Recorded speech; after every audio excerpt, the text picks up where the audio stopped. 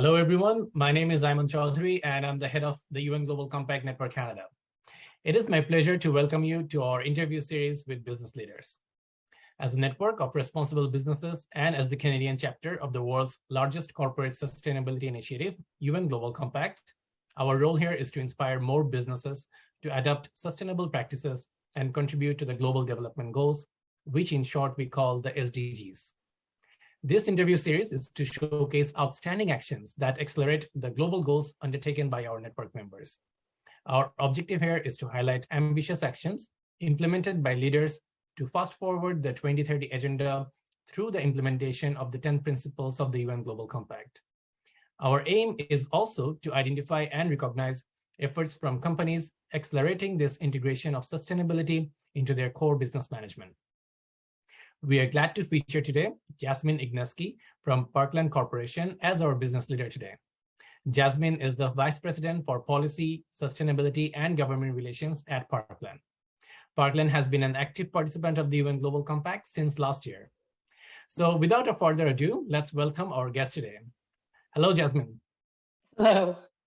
Thank you so much for joining us. And it'd be great if you kindly share a little bit about Parkland and your role in the organization. Yes, thank you. And thank you very much for having us. We're quite appreciative of being part of this series. So thank you so much for including Parkland. As you noted, my title, I'm Jasmine Igneski. I'm the Vice President of Policy, Sustainability, and Government Relations. So I lead all the day-to-day sustainability work at Parkland, which is quite exciting. Parkland's a Canadian multinational company with a presence in over 25 countries, including Canada, the US, the Caribbean, South and Central America. What we do is we serve the essential needs in our communities, providing fuel, foods, snacks, and helping provide them the ability to achieve their goals of lowering their own environmental impact. You may not know Parkland's name, but I think many of you would recognize our brands. We serve over 1 million customers a day under the consumer brands of Chevron, Pioneer, Fast Gas, M&M Food Market, Sol, and Ultramar, and On the Run convenience stores. We've been growing immensely, both in our footprint and in our innovation and offerings, which is why I love working at Parkland. And we're constantly learning, pivoting, and expanding. It's an exciting place to be. Excellent. Thank you so much for that very wonderful introduction. So, Jasmine, let me start the interview with a very basic but very important question. What are the main drivers of sustainability ambition in your organization? That's a really great question. I think I would have to start by saying, we know that by 2050, global demand for energy will double. Our sustainability strategy is aimed at fulfilling this growing demand, but in a responsible way, while still balancing economic prosperity. Our company, right from the board to the executive to the operational level, really sees this as a huge opportunity, not just a challenge. I think that's what's exciting and makes us different from other companies. Right from our membership to the UN Global Compact, to integrating UN SDGs in our strategy, to helping governments meet their net zero goals, we really are embracing our leadership role in this. And sustainability at Parkland, it means providing our customers with safe, reliable energy and the products they need not only today, but making those decisions and innovative investments to ensure that we can help them contribute to a lower carbon future. That includes the steps we're taking in our Drive to Zero, which we're helping customers reduce their emissions, but also reducing our own emissions and providing a range of choices to our customers. That's great. I'm glad that you have mentioned about the Drive to Zero ambition, because my next question to you is exactly about that. So your report identifies that key strategic ESG issues represent significant strides to increase Parkland's impact on operations and in support of the customers, employees, and partners. Can you tell us a little bit more about these goals and how you are implementing these changes and tracking progress? Yeah, I'd be happy to. Drive to Zero really is the primary focus of our organization, and it forms the core of our sustainability journey. The launch of our enterprise-wide strategy marked a real step change in how we view sustainability across Parkland. We had real meaningful, measurable goals and targets for the first time.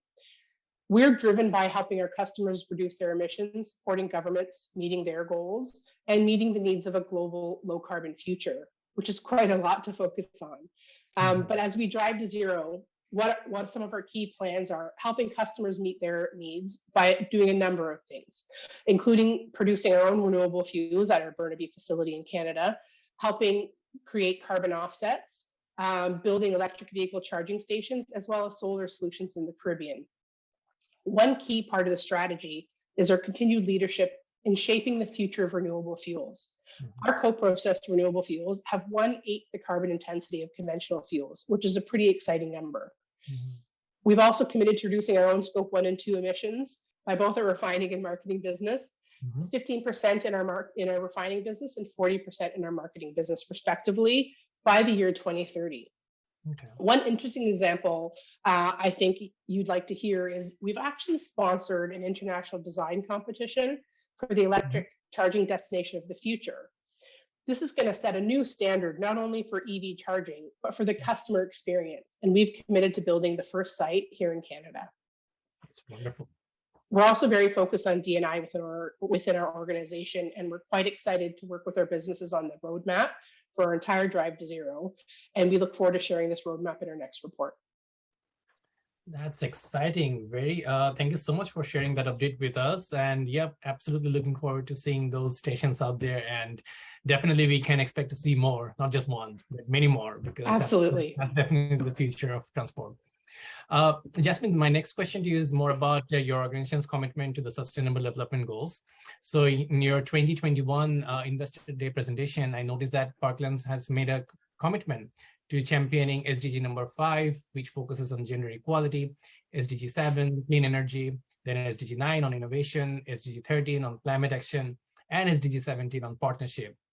But as we have limited time today, I just wanted to ask, could you please tell us a little bit more about maybe top 1 or 2 SDGs from this list and share with us how Parkland is contributing to the SDGs to achieve a better and more sustainable future? Definitely, we're quite excited to be able to align our strategy with several of the SDGs, and we've set meaningful, measurable targets for each of them. Maybe I'll start first with SDG 5, gender equality. We've set real gender diversity targets for both our board and executive officer positions. And I'm very happy to say we've already met our board gender diversity target of 30% in May of this year. And now we're focused on fulfilling the executive officer position by 2025. We also have a target to maintain a minimum of 10% representation of both BIPOC and LGBTQ+ on the board and the executive. The other thing I think is really important is not just setting specific targets, but the work beneath that. We're working hard to improve our sourcing and selection policy and processes to ensure we're attracting a diverse set of candidates. And then maybe I'll talk a bit about SDG 13, climate action. I mentioned before, but in addition to setting our own scope 1 and 2 emission reduction targets, we've set a target to reduce customer emissions by 1 megaton a year by 2026 through the production of our low carbon fuels at Burnaby. But we're now anticipating that we're going to surpass this target through not only the expansion of this co-processing at Burnaby, but we've also announced our intention to build a renewable diesel facility. Together, these 2 projects will actually result in a 2 megaton reduction in customer GHG emissions a year, which would be the equivalent of taking over 700,000 cars off the road. That is exciting, Jasmine. Thank you so much for sharing that update and information with us. I'm really looking forward to seeing these impact stories in your next sustainability report or the ESG report that you produce, and would be very happy to see how Parkland is actually looking at the impact from all these great initiatives that you have just mentioned. My final question to you, Jasmine, is about the partnership, and more specifically about having UN Global Compact as a partner in this journey. So what is your take on how the UN Global Compact is strengthening Parkland's commitment to advance its sustainability goals? That's a very important question, actually. Parkland's quite inspired by the collaboration and information sharing that the UN Global Compact offers. We're a relatively new participant, so we really look forward to working with and connecting with other like-minded organizations and peers, because I think working together, we can actually come up with better solutions and better actions. And here at Parkland, partnership and collaboration has always been a key part of our business. We know it's going to help achieve a better, more sustainable future. Without partnerships, we don't think we're going to create the solutions that can contribute to our collective goals. The other thing I think is really important for us is reporting on our progress. We really see the value in this. So not only through the CEO commitment, but through the communication on progress. We really think it helps with accountability to ensure all signatories are taking meaningful action to contribute to the SDGs. We really see the UN Global Compact as a key partner in helping us meet our sustainability journey moving forward. That's again very good to hear, Jasmine. Thank you so much. And thanks for mentioning UN Global Compact as one of the strong partners in your sustainability journey. I would like to thank you again for your time today and for sharing your insights with our audience. I'm sure we will hear more amazing news coming out from Parkland Corporation communicating the commitment to sustainability and the SDGs. So with that, I would like to conclude today's interview series. Thank you so much again for listening to today's session. I welcome you to attend the next one. Please stay tuned. Thank you so much.